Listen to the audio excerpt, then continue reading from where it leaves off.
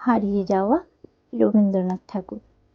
ছোট্ট আমার মেয়ে সঙ্গিনীদের ডাক শুনতে পেয়ে সিঁড়ি দিয়ে নিচের তলায় যাচ্ছিল সে মেয়ে।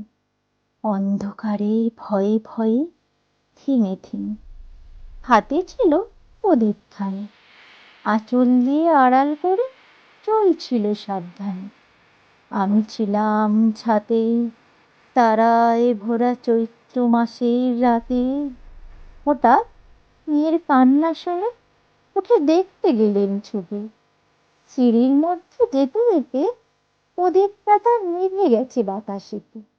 সুধাই তারে, কি হয়েছে বামি? সে কেঁদে কয়ে নিচ থেকে, হারিয়ে গেছি আমি।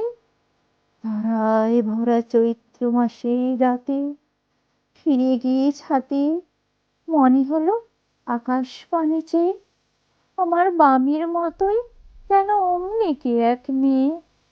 নীলাম্বরের আঁচল খানি ঘিরে দীপশিখাকে বাঁচি একা চলছে ধীরে ধীরে।